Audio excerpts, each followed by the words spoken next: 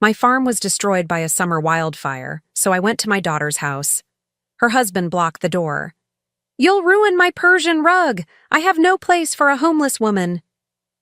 Desperate, I called my late neighbor's son, a boy I treated like my own, now a billionaire. Nobody knew I had his number. When he landed his helicopter on their lawn and said 3 words, "I'm glad to have you here. Follow my story until the end and comment the city you're watching from, so I can see how far my story has reached." I never thought I'd be standing on my own daughter's doorstep, begging for a place to sleep. At 64 years old, with nothing but the clothes on my back and the acrid smell of smoke still clinging to my hair, I knocked on Kalia's pristine white door with trembling fingers. The wildfire had taken everything. 43 years of memories, sweat, and dreams reduced to ash in a single afternoon. My farmhouse, the barn where I'd raised prize-winning cattle, the apple orchard my late husband Frank had planted with his own hands, all gone. The insurance adjuster said it would take months to process my claim, and even then, it might not cover rebuilding costs. I had nowhere else to go. Kalia opened the door wearing a silk blouse that probably cost more than I used to spend on groceries in 3 months. Her perfectly manicured eyebrows shot up when she saw me, and I watched her take in my soot-stained jeans and the small duffel bag containing what little I'd managed to save. "Mom, what are you doing here?" Her voice carried that familiar tone of inconvenience I'd grown used to over the years. "The farm burned down, sweetheart. I lost everything." My voice cracked despite my efforts to stay strong. "I was hoping I could stay with you and Louis for a few days while I figure things out." Before Kalia could respond, Louis appeared behind her. My son-in-law had always been particular about appearances, but the look of horror that crossed his face when he saw me standing there was something I'd never forget. "Absolutely not," he said, stepping protectively in front of his wife. "Look at you. You're covered in ash and God knows what else. You'll ruin my Persian rug. That thing cost $15,000. I felt my cheeks burn with shame. "I could clean up first, Louis. I just need—" "What you need is to figure out your own problems," he interrupted, his voice cold as winter. "We have a certain lifestyle here, Ada. Image matters. I can't have a homeless woman sleeping on my couch when my business associates might drop by." Homeless woman. The words hit me like a physical blow. In his eyes, that's all I was now. Not his mother-in-law, not the woman who'd raised the daughter he claimed to love. Just another burden to be discarded. Kalia shifted uncomfortably beside him, but she didn't contradict her husband. My own daughter, the child I'd nursed through pneumonia at age 6, who I'd worked double shifts to put through college, stood there in silence while her husband called me homeless. "Please," I whispered, hating how desperate I sounded. "I raised you, Kalia. I sacrificed everything for you. Doesn't that mean anything?" For a moment, I thought I saw something flicker in her eyes. Guilt, maybe, or regret. But then Louis placed a possessive hand on her shoulder, and whatever compassion might have been there vanished.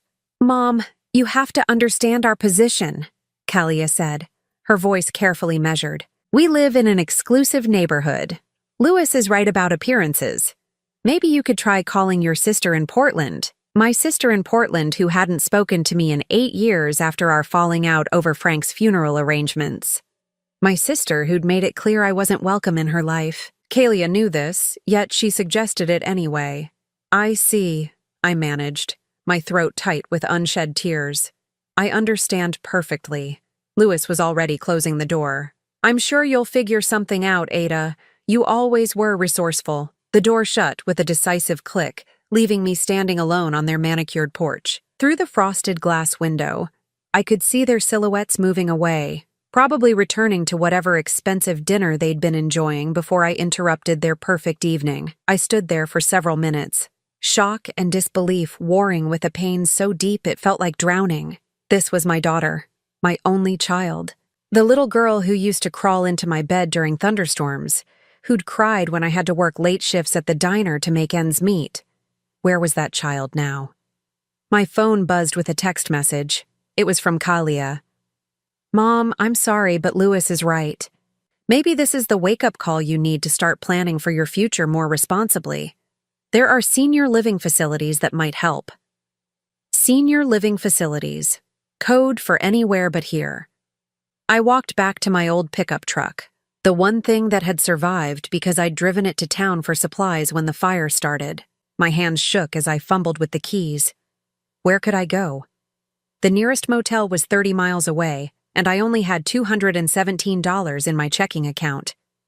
As I sat in the truck, the full weight of my situation crashed over me. I was 64, homeless, and apparently unwanted by my own family. The farm that had been my identity, my livelihood, my legacy, gone. The daughter I'd devoted my life to raising, lost to greed and social climbing.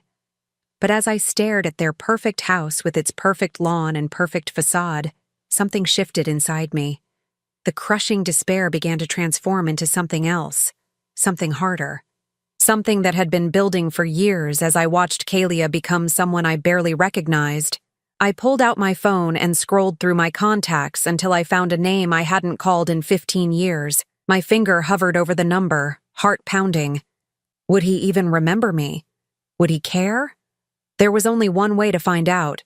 But as I stared at that name on my phone screen, I realized my daughter had just made the biggest mistake of her life. She had no idea who she'd just turned away. None of them did. And when they found out what I'd been keeping from them all these years, their perfect little world would never be the same. Some bridges, once burned, can never be rebuilt. Kalia had just struck the match.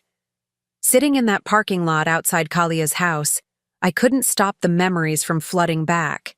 Each one felt like a knife twist, reminding me of everything I'd given up for the daughter who'd just slammed the door in my face. I remembered the day Frank died. Kalia was only 12, crying so hard at the funeral that she made herself sick.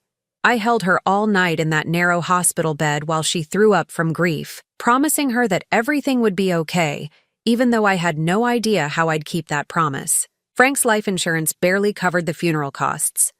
The farm was drowning in debt, and I had a 7th-grade daughter who needed stability more than ever. So I did what any mother would do. I worked. I worked 3 jobs. Breakfast shift at Murphy's Diner, afternoon cleaning houses for the wealthy families on the hill, and night shifts at the textile factory when I could get them. Kalia never knew about the nights I cried myself to sleep, exhausted and aching, wondering if I was strong enough to hold everything together. She never saw me eating peanut butter sandwiches for dinner so there'd be enough money for her school clothes. She was just a child. She shouldn't have had to know. But what broke my heart most was how she started looking at me during those years. Like I was an embarrassment. Like my calloused hands and tired eyes somehow made me less than the other mothers who drove fancy cars and didn't smell like diner grease. When she was 16, she stopped bringing friends home. "It's just easier to hang out at their houses, Mom," she'd say. What she meant was that their houses were nicer, their mothers more polished. I wasn't the kind of mother she wanted her friends to see. I should have been angry. Instead, I worked harder. I wanted to give her everything those other kids had. I sacrificed my own dreams, my own future, telling myself it would all be worth it when she succeeded. The irony wasn't lost on me now. All those years of trying to make Kalia's life perfect, and she'd grown up to become exactly like the people who'd looked down on us. But there was another child in those memories. A boy whose story was intertwined with ours in ways Kalia never fully understood. Tommy Peterson lived in the falling down house next to our farm. His parents were the town drunks. Everyone knew it, but nobody talked about it. Not directly. When Tommy was 8 years old, he started showing up at our kitchen door during dinner time, always with some excuse. My mom wanted to know if you had any sugar. Can I pet your cats? My dad says, do you need help with anything? The truth was written all over his thin frame and hollow eyes. The boy was hungry, and not just for food. He was starving for kindness, for someone to notice him, for a place where raised voices didn't mean someone was about to get hurt. Frank saw it before I did. That boy needs looking after, he said one evening as we watched 8-year-old Tommy through our kitchen window, sitting alone on his front steps. His folks aren't right. After Frank died, Tommy became my shadow. He'd appear every morning before school, helping with farm chores without being asked. When I came home from my shifts, exhausted and barely able to stand, he'd have already fed the chickens and gathered the eggs. You don't have to do that, sweetheart. I told him one afternoon when I found him mucking out stalls that were supposed to be my responsibility. I like helping, he said simply. Besides, you take care of everyone else. Someone should take care of you too. That's when I knew this boy had an old soul. He was only 9, but he understood something about love and loyalty that many adults never learn. He understood that family isn't always about blood. Sometimes it's about choice. Tommy never complained when his father came home drunk and violent. He never asked me to call social services, though God knows I should have. Instead, he'd just show up at my door with his homework, and I'd let him do it at my kitchen table while I cooked dinner. On the worst nights, when the yelling from next door got too loud, I'd find him sleeping in our barn come morning. Kalia tolerated him because I insisted, but she never truly accepted him. Why does he always have to be here? She'd whine when Tommy joined us for Sunday dinners or family movie nights. Because he needs us, I'd tell her. Sometimes we're the family people choose, not just the one they're born into. She'd roll her eyes and retreat to her room. Even at 12, 13, 14, Kalia had already decided that Tommy Peterson was beneath her notice. He was poor, his clothes were second-hand, and his parents were the kind of people respectable families whispered about. But I saw something in that boy. A fierce intelligence that school couldn't quite nurture. A determination that reminded me of my own younger self. When he was 15, he taught himself computer programming from library books. When he was 16, he was fixing neighbors' computers for spending money. When he was 17, he was already talking about college, about getting out of our small town and making something of himself. The last real conversation I'd had with Tommy was the night before he left for college. He'd earned a full scholarship to MIT, something that still amazed our small-town high school counselor. We sat on my front porch, sharing a thermos of coffee and watching the sunset paint the sky orange and pink. "I wouldn't have made it without you, Miss Ada," he said quietly. "You know that, right?" I squeezed his hand. "You would have found a way, Tommy. You're stronger than you know. Maybe. But you gave me something I never had before." He paused, choosing his words carefully. "You gave me a family. A real one. That was 15 years ago." Tommy Peterson had kept in touch for the first few years of college, sending me Christmas cards and the occasional letter about his studies. Then life took over, the way it does, and the contact grew sporadic. Last I'd heard through town gossip, he'd graduated from MIT and moved to Silicon Valley. Someone said he'd started his own company, but I'd never paid much attention to the rumors. Now, sitting in my truck outside Kalia's perfect house, I stared at his name in my phone contacts. Thomas Peterson. The scared little boy who used to help me feed chickens had become a man I barely knew. Would he even remember the woman who'd made him peanut butter sandwiches and helped him with homework? More importantly, would he care that she needed help now? My finger hovered over his number as another painful realization hit me. I had raised 2 children in that farmhouse. One was my biological daughter, who'd just proven that blood meant nothing to her when it came to inconvenience. The other was a boy I'd chosen to love, who'd chosen to love me back. Maybe it was time to find out which kind of family really mattered. My hands were shaking so badly I could barely hold the phone. 15 years. It had been 15 years since I'd heard Tommy's voice, and here I was, about to call him at my lowest moment. What if he'd forgotten me? What if he was busy, successful, surrounded by important people who wouldn't understand why some old farm woman was interrupting his evening? But what choice did I have? I was 64, homeless, and apparently worthless to my own daughter. The truck was getting cold, and I needed to make a decision before the local motel filled up for the night. I pressed the call button before I could lose my nerve. The phone rang once, twice, 3 times. My heart sank with each ring. Of course he wouldn't answer. Why would a successful businessman take calls from unknown numbers at 8:30 on a Friday evening? I was about to hang up when I heard his voice. "Hello?" It was deeper now, mature, but there was something in the tone that made my throat close up with recognition.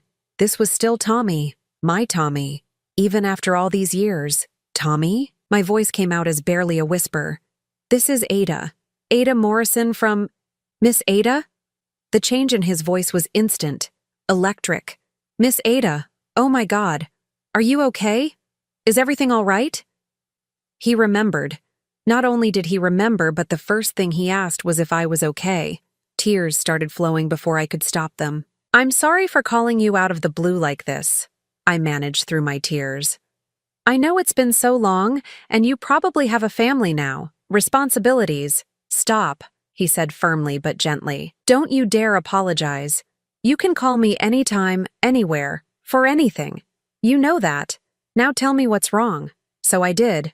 I told him about the wildfire, about losing the farm, about standing on Kalia's doorstep only to be turned away like a beggar.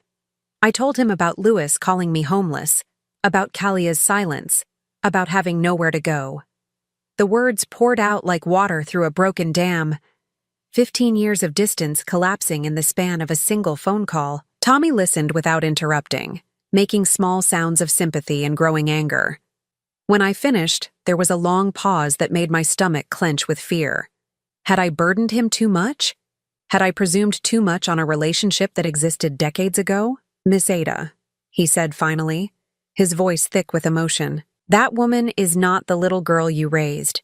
What Kalia did tonight is unforgivable."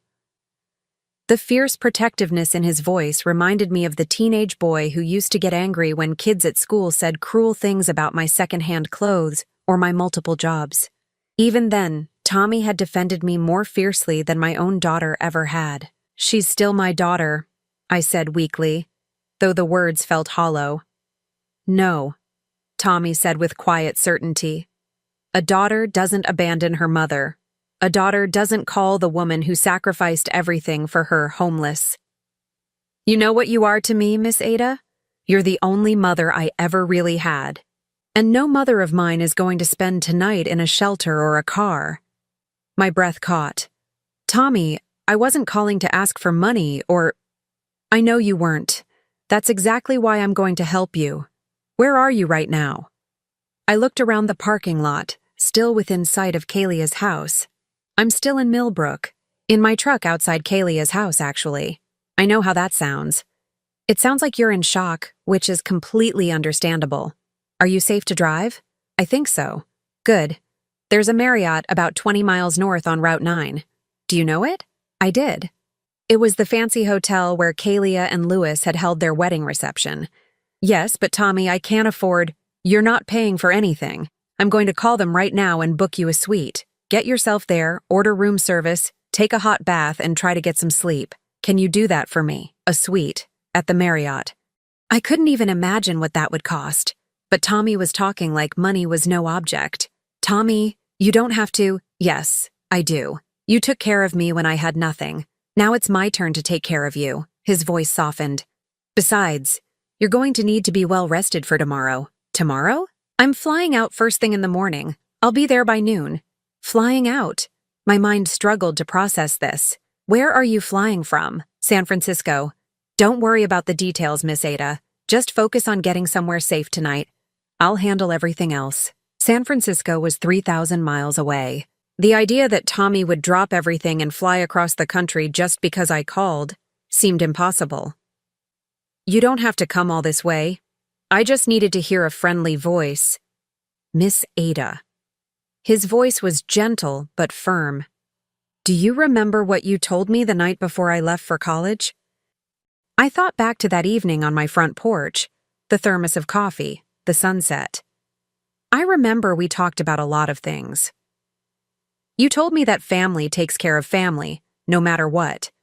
You said that when someone you love is hurting, you don't hesitate, you don't make excuses, you just show up." The words came back to me then. I'd been trying to prepare him for the world beyond our small town, trying to teach him about loyalty and love in a way his own parents never had. "I remember," I whispered. "Well, I'm showing up. And Miss Ada, there's something else you need to know. Something about what I've been doing with my life since I left Millbrook." My heart started beating faster.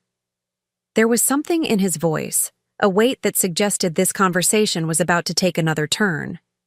"What is it, sweetheart?" "The company I started after MIT? It's done pretty well for itself. Actually, it's done better than well. Miss Ada, I'm not just comfortable, I'm wealthy. Very wealthy. The word hung in the air between us. Wealthy. The boy who used to wear my late husband's hand-me-down shirts because his own clothes had holes in them was wealthy. How wealthy? I asked, though I wasn't sure I wanted to know the answer. Forbes put my net worth at $2.8 billion last year. The phone nearly slipped from my hands. Billion. Not million. Billion. Tommy Peterson, the skinny kid who used to help me gather eggs, was a billionaire. I know it's a lot to process, he continued. But here's what matters. Every success I've ever had, every dollar I've ever earned, every achievement that's brought me to this point, it all started in your kitchen, Miss Ada. You gave me the foundation that made everything else possible. I couldn't speak. My mind was reeling, trying to reconcile the scared little boy in my memories with the man on the phone who was casually discussing billions of dollars. Tomorrow, when I get to Millbrook, we're going to have a conversation with your daughter and her husband.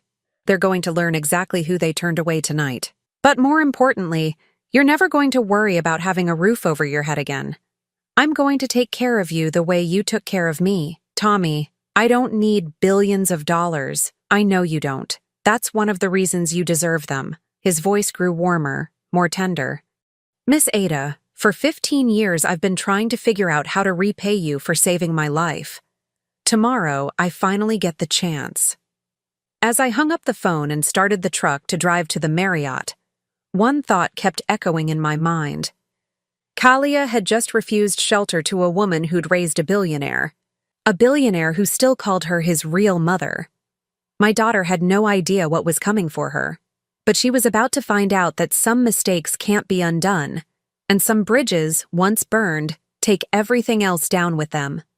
The boy I'd chosen to love was coming home, and he was bringing enough power to change all our lives forever. I woke up in the most luxurious hotel room I'd ever seen.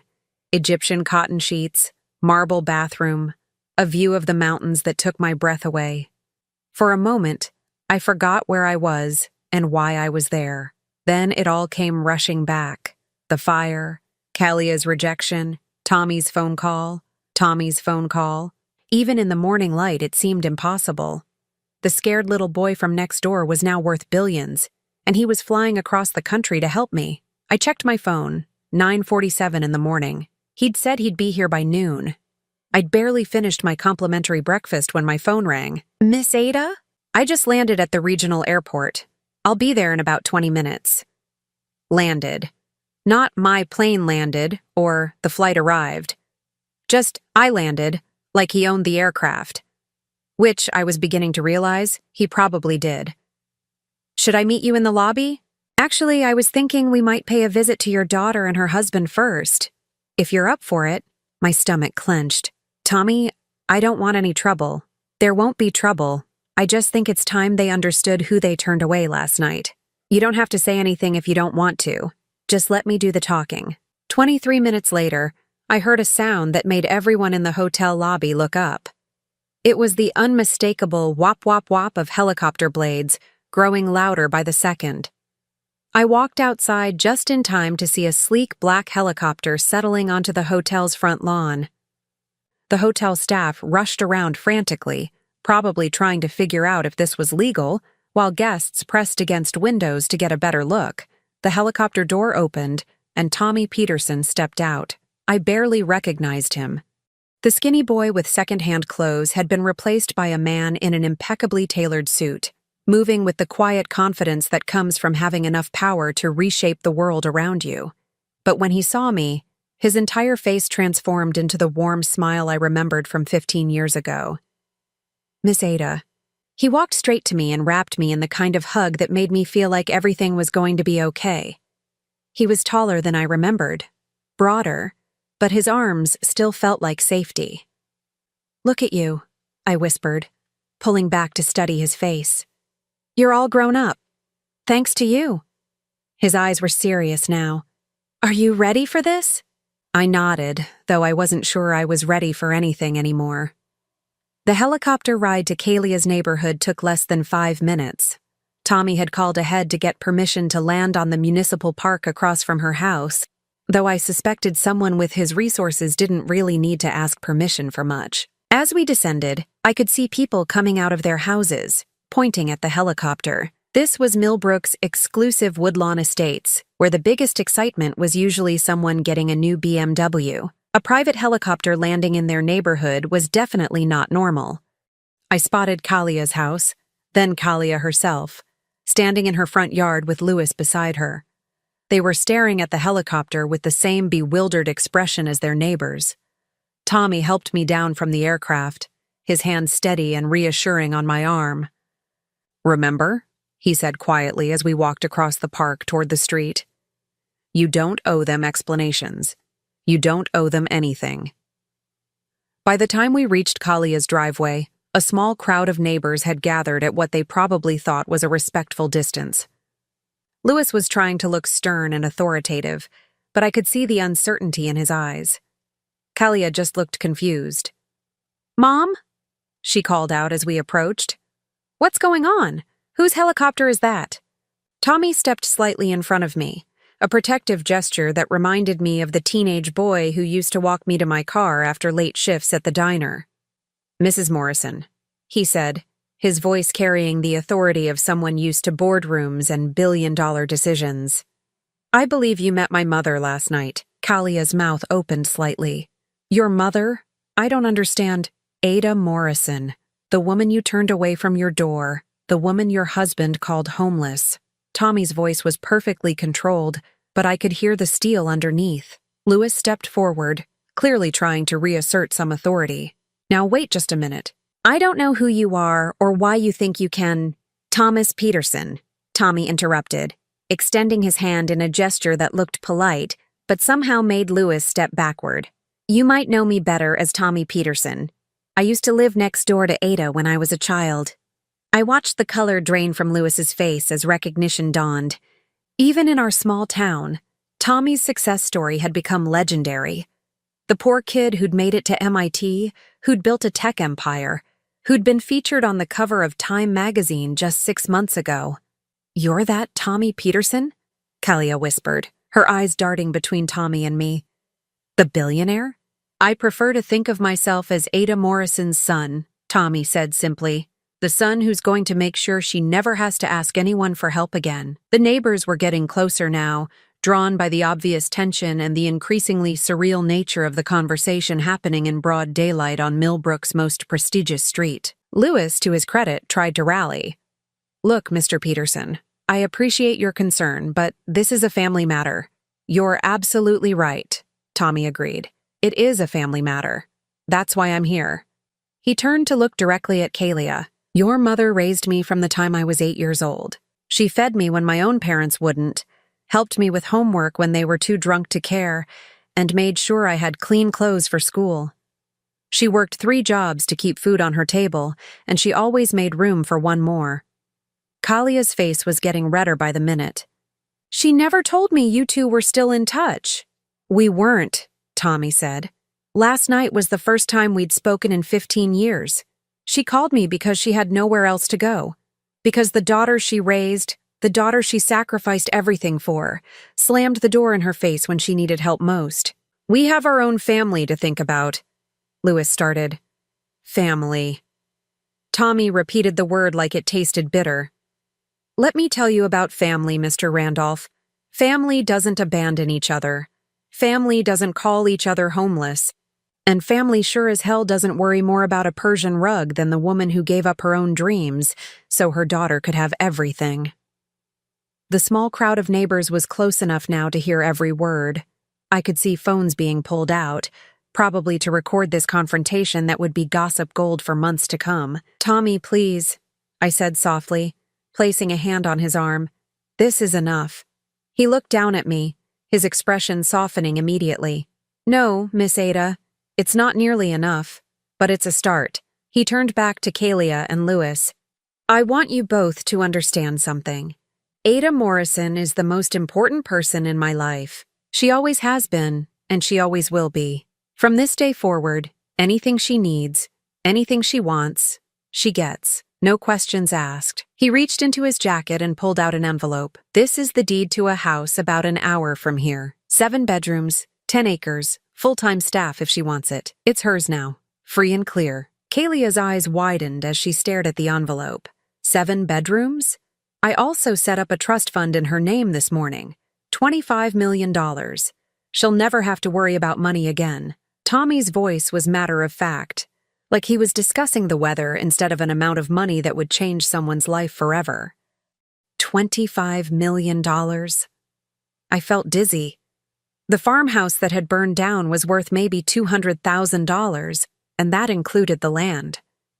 Louis looked like he might be sick. 25 million? That's just the start, Tommy continued, his eyes never leaving Kalia's face. Miss Ada doesn't just get a house and money. She gets everything I have, every resource, every connection, every door that my success can open. She gets a family who actually appreciates what she's done. She already has a family, Kalia said weakly. Tommy shook his head. No, she had a daughter. A daughter who taught her last night that sometimes the family you choose is more loyal than the family you're born into. The silence that followed was deafening. Even the neighbors had stopped murmuring, sensing that they were witnessing something that would define relationships for years to come. Finally, Tommy turned back to me. Miss Ada, there's a car waiting to take you to your new home.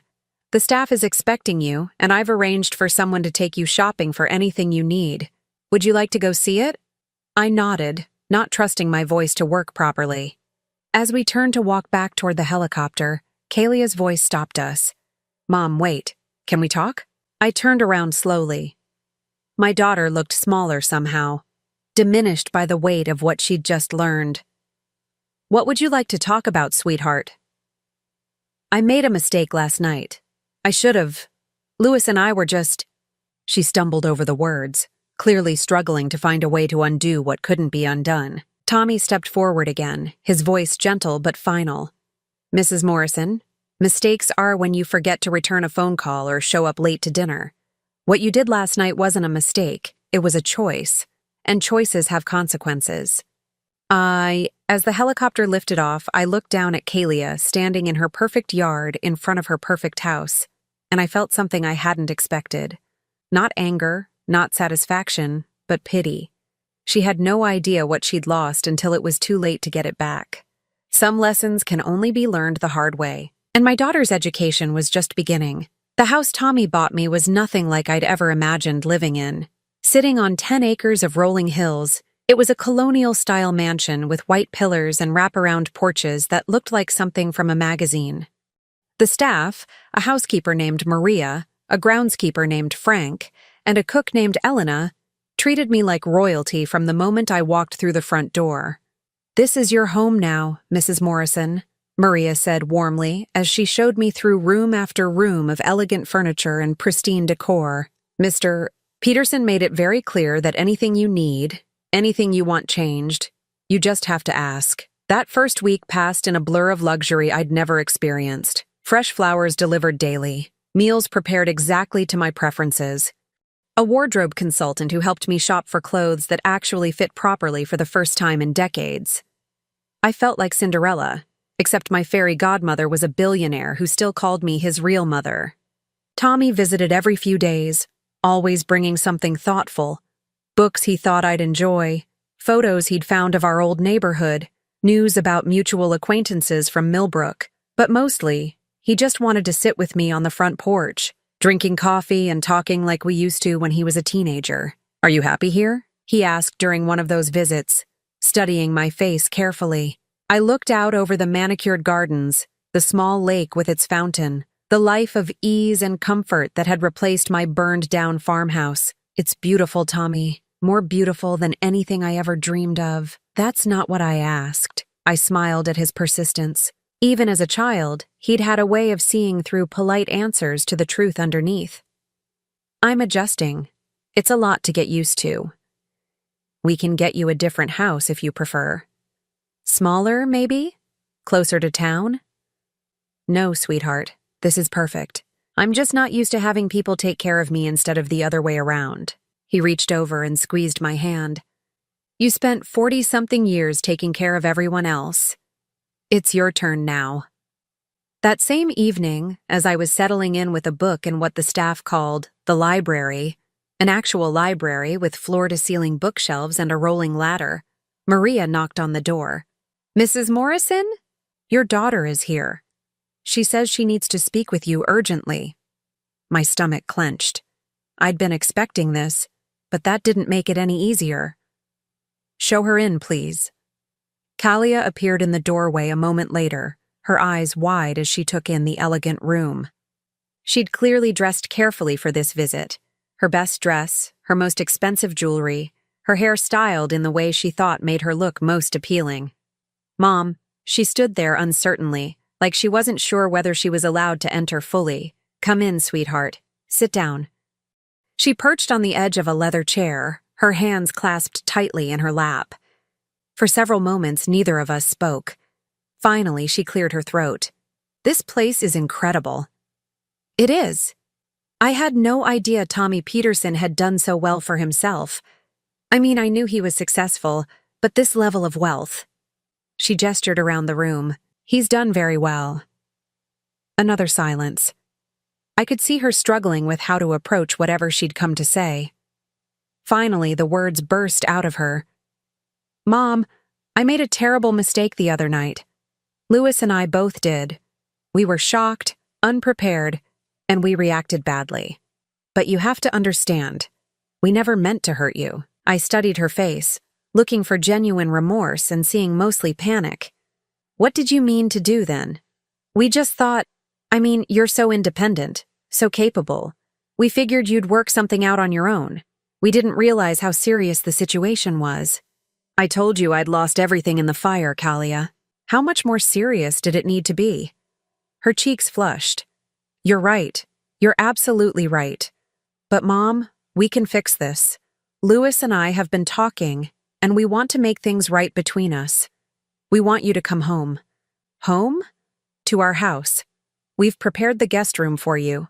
It's all ready. New sheets, fresh flowers, everything you need. You could move in this weekend if you want." I felt a sad smile tugging at my lips. "And Tommy's house? Tommy's money? His trust fund? What happens to all of that?" Kalia's mask slipped for just a moment, revealing something desperate and calculating underneath. "Well, you don't really need all this, do you? This house is so big, so impersonal. Wouldn't you rather be with family?" There it was, the real reason for her visit. She wanted me to give up the life Tommy had provided and come live in their guest room, where they could be close to me, and to the $25 million trust fund. "I see." I stood up slowly. "And what does Louis think about having his homeless mother-in-law move in permanently?" "He feels terrible about what he said. He wants to apologize personally." "How generous of him."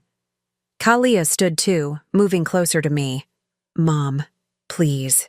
I know we hurt you, but we're family. We're your real family. This Tommy Peterson, yes, you helped him when he was a child, but that was a long time ago.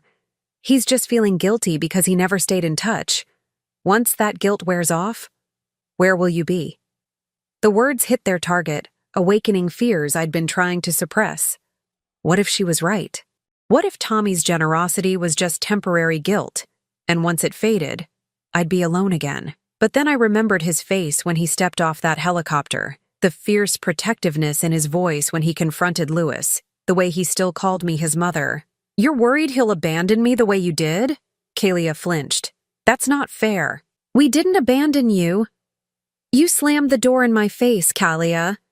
Your husband called me homeless and said I'd ruin his Persian rug. How is that not abandonment? We were protecting our home, our lifestyle. From your own mother." The words hung in the air between us. Kalia's composure finally cracked completely. "Fine. Yes, we were protecting ourselves from you, from your problems, your neediness, your constant reminders of everything we've worked so hard to rise above." The ugly truth poured out of her like poison. "Do you think it's easy being your daughter? Do you think I enjoyed growing up poor, watching you work yourself to death, being embarrassed by our secondhand everything while my friends had nice things?" I absorbed each word like a physical blow. "I did my best, Kalia. I gave you everything I could. I know you did." Tears were streaming down her face now. "And I'm grateful. I really am." But I spent my whole childhood promising myself I'd never live like that again. I'd never be poor, never be looked down on, never have to worry about money. Louis gave me that security, and I threatened it. Yes, no, I don't know. She sank back into the chair, her perfect facade completely demolished.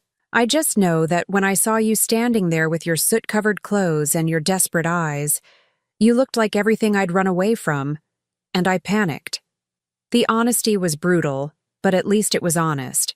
For the first time since she'd arrived, I felt like I was talking to my real daughter instead of a carefully crafted performance. And now? I asked gently. Now I realize I might have thrown away the most important relationship in my life for the sake of a Persian rug and social appearances. Her voice was small, defeated. I want to fix this, Mom. I need to fix this. I sat back down across from her. What you need and what you want might be two different things, sweetheart. What do you mean? You want to fix this because you've seen what I mean to Tommy, and you've realized there might be benefits to having me in your life. But do you actually want me, Kalia? Do you want your mother with all my flaws and limitations and embarrassing history? Or do you want access to what my relationship with Tommy might provide? She opened her mouth to protest, then closed it. The silence stretched between us, filled with the weight of a lifetime of complicated emotions. I don't know how to answer that, she finally admitted. At least that's honest. What I do know, she continued, is that I love you. I've always loved you, even when I was ashamed of our circumstances, and I know that losing you would destroy me. I reached over and took her hand. You haven't lost me, sweetheart. But the relationship we had before, the one where I gave and you took it for granted, that relationship is gone. It burned up with my farmhouse. Then what's left? I don't know yet. Maybe nothing. Maybe something better than what we had before. But that's up to you to decide. She squeezed my hand. How do I decide? You start by going home to Louis and thinking about what kind of daughter you want to be going forward. Not what kind of daughter you think I want, or what kind will get you the most benefit, but what kind feels right to you. And you? What will you be doing while I'm figuring that out? I looked around the beautiful library, thought about Tommy's upcoming visit, about the peaceful life I was building in this place where I was valued simply for being myself. I'll be living my life, Kalia. For the first time in decades, I'll be living just for me. After she left, I sat alone in the library for a long time, processing everything she'd said. The truth was painful, but it was also freeing. At least now I knew where I stood with my daughter. At least now I could stop hoping for something that had never really existed. My phone buzzed with a text message. It was from Tommy. Hope you're having a good evening. Elena mentioned she's making your favorite pot roast tomorrow. Can't wait to join you for dinner. I smiled, feeling the knot in my chest loosen slightly. Some family is chosen, not born. And sometimes, the family that chooses you loves you better than the family that shares your blood ever could. Kalia would have to decide what kind of daughter she wanted to be. But I already knew what kind of son Tommy was. The kind who flew 3,000 miles to rescue the woman who'd rescued him first. 6 months later, I was sitting on my front porch watching the sunrise paint the mountains pink and gold when my phone rang. The caller ID showed Kalia's number, her 5th attempt to reach me this week. I let it go to voicemail. It wasn't that I was angry with her anymore. Anger required too much energy, and I'd found better uses for mine. I was learning to paint watercolors with an instructor Tommy had found for me. I was volunteering at the regional animal shelter, something I'd always wanted to do but never had time for. I was taking a literature class at the community college, reading books I'd always meant to get to during those 40 years of working 3 jobs and raising ungrateful children. Most importantly, I was learning what it felt like to be someone's priority instead of someone's obligation. Tommy visited every week, sometimes twice a week when his schedule allowed. He'd bring his laptop and work from my kitchen table while I cooked, just like when he was a teenager. Sometimes he brought colleagues to introduce to me, brilliant, accomplished people who treated me with the respect due to someone who'd shaped their boss's character. This is Ada, he'd tell them. She taught me everything that matters about integrity and loyalty. Everything good about who I am started at her kitchen table. Last month, he'd surprised me by having that kitchen table shipped from the old farmhouse ruins. Somehow his people had found it intact in the debris, barely damaged. Now it sat in my new kitchen, scarred and familiar, a bridge between my old life and my new one. The voicemail notification chimed. Against my better judgment, I played Kalia's message. Mom, it's me again. I know you're probably tired of hearing from me, but I really need to talk to you. Things have gotten complicated and Her voice broke. I need your advice. Please call me back. I deleted the message without a second thought. Some lessons can only be learned through consequences, and Kalia was still learning hers. Through mutual acquaintances, I'd heard about those consequences. Louis had been passed over for a promotion at his firm after word spread about how he'd treated me. Apparently, his boss was a woman who didn't appreciate men who called their mothers-in-law homeless. Their social standing in Millbrook had plummeted once the story got out. And in a small town, stories like that always get out. More significantly, Louis's business had started losing clients. Several of his wealthiest customers had mentioned they were uncomfortable working with someone who showed such disrespect to family. In their circle, reputation was everything, and Louis's reputation was now toxic. The financial pressure was mounting. I'd heard they'd had to sell Louis's BMW and were considering downsizing their house. The Persian rug that was more important than his mother-in-law's welfare had been sold on eBay 3 months ago. But Kalia's real punishment wasn't financial. It was watching other people receive what she'd thrown away. Tommy had started a foundation focused on supporting single mothers in rural communities, women who reminded him of me during those difficult years after Frank died. He'd invited me to serve on the board, and I'd discovered I had a talent for identifying which programs would make the most difference in women's lives. Last week, the foundation had hosted a gala in San Francisco. Tommy had flown me out for it, put me up in a penthouse suite, bought me a gown that cost more than I used to make in 3 months. I'd walked into that ballroom on his arm, introduced as my mother, Ada Morrison, to tech billionaires, politicians, and celebrities who'd actually heard of me through Tommy's stories. The event raised $12 million for single mothers. $12 million that would provide childcare, education assistance, and emergency funds for women who were struggling the way I'd struggled. As I stood on that stage thanking the donors, I thought about the scared young mother I'd been 30 years ago, working myself to exhaustion just to keep a roof over our heads. That woman could never have imagined she'd someday be standing in a ballroom full of the most powerful people in the world, advocating for other women like herself.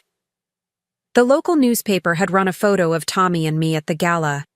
In it, we're both smiling, his arm around my shoulders, and I'm wearing a silver necklace he'd given me, a simple pendant that read, World's Greatest Mom. I knew Kalia had seen the photo, because 3 days later, she'd driven to my house uninvited.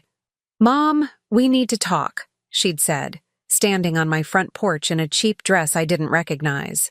Gone were the designer clothes and perfect hair. She looked tired, older, desperate. We really don't, I'd replied calmly. I've lost everything. Louis filed for divorce last month. He blamed me for ruining his career, said marrying me was the worst decision he ever made. Tears had started flowing. I'm living in a studio apartment above the laundromat. I'm working at the diner where you used to work. The same diner, Mom? Murphy's. I'd felt a twinge of something. Not quite sympathy, but recognition. I knew what it was like to work at Murphy's. To come home exhausted and smelling like grease. But I'd done it out of love, to support my child. Kalia was doing it because her choices had finally caught up with her. I'm sorry you're struggling, I'd said, and I meant it. But your problems aren't mine to solve anymore. But I'm your daughter. You're a 40-year-old woman who made her choices clearly and deliberately. You chose Louis over me, money over family, appearances over love. Now you have to live with those choices. People make mistakes, Mom. Don't I deserve forgiveness? That's when I'd looked at her, really looked at her, and saw not the scared child she was pretending to be, but the calculating woman she'd become. Forgiveness isn't the same as rescue, I'd told her. I forgave you months ago, but forgiving you doesn't mean I'm going to save you from the consequences of your actions. She'd left after that, but not before I'd caught her taking photos of my house with her phone. Probably planning to sell them to some gossip blog, or use them to convince people she still had access to Tommy's wealth through me. This morning, Tommy was coming for our weekly breakfast. He'd been traveling for the past 10 days, closing a deal that would apparently add another $500 million to his net worth. But he'd called every day, checking on me, making sure I was happy and healthy and had everything I needed. I heard his helicopter before I saw it, that familiar sound that had become the soundtrack of my new life. As he walked up the front steps, I marveled again at the transformation. Not just his success, but the way he carried himself now. Confident, powerful, but still gentle when he looked at me. "Good morning, beautiful," he said, kissing my cheek. "How's my favorite mother today?" "Perfect, now that you're here." He settled into the chair beside me, accepting the coffee Maria brought out. "Any word from Kalia this week?" 5 calls. I didn't answer any of them. He nodded approvingly. "Good. You've given her enough chances. Sometimes I wonder if I'm being too harsh." "Miss Ada," he said, taking my hand in both of his, "you spent 30 years being too soft. You gave and gave until you had nothing left. Look where it got you, standing on her doorstep begging for shelter after you'd lost everything." He was right, but it was still difficult to completely let go of the guilt. She's still my daughter. And I'm still your son. The difference is, I chose to be. Every day I wake up grateful that you saved me. Kalia wakes up resentful that you weren't perfect. His voice grew firm. "You don't owe her anything more than what you've already given." Later that afternoon, as Tommy worked on his laptop in the kitchen and I prepared dinner, I found myself thinking about the path that had led me here.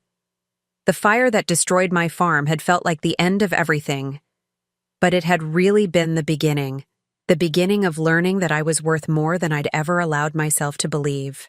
My phone buzzed with a text message. Not from Kalia this time, but from Maria Santos, a woman I'd met through the foundation. She was a single mother of 3 in a small town in Nevada, working 2 jobs and struggling to pay for her daughter's cancer treatments. "Mrs. Morrison," the text read, "the foundation's emergency fund paid for Emma's surgery today. The doctors say she's going to be fine. I don't know how to thank you for what you've done for our family. You saved my little girl's life." I showed the message to Tommy, who smiled and squeezed my shoulder.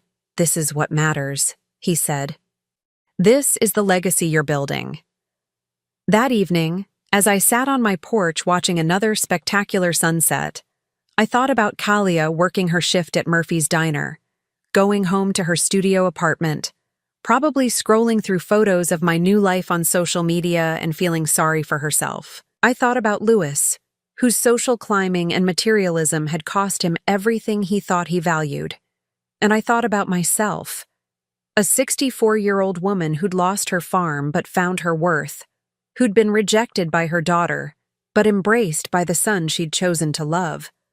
Some stories don't end with reconciliation. Some end with acceptance. Accepting that you can't save people who don't want to be saved, that you can't love people into loving you back, that sometimes the kindest thing you can do is let people live with the consequences of their choices. My phone rang again, Kalia's number. This time I turned the phone off completely. Tomorrow, Tommy and I were flying to Denver to visit another foundation project. Next week, I was meeting with a publisher who wanted me to write a book about resilience and second chances. Next month, I was taking a cooking class in Tuscany, something I'd dreamed about for decades but never thought I'd be able to afford. I was living the life I'd always deserved but never thought to ask for.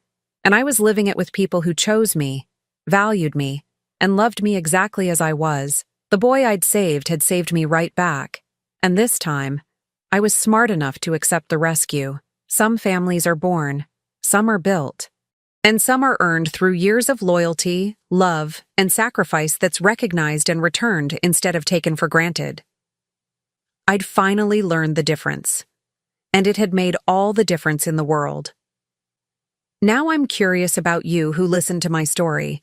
What would you do if you were in my place? Have you ever been through something similar? Comment below. And meanwhile, I'm leaving on the final screen 2 other stories that are channel favorites, and they will definitely surprise you. Thank you for watching until here.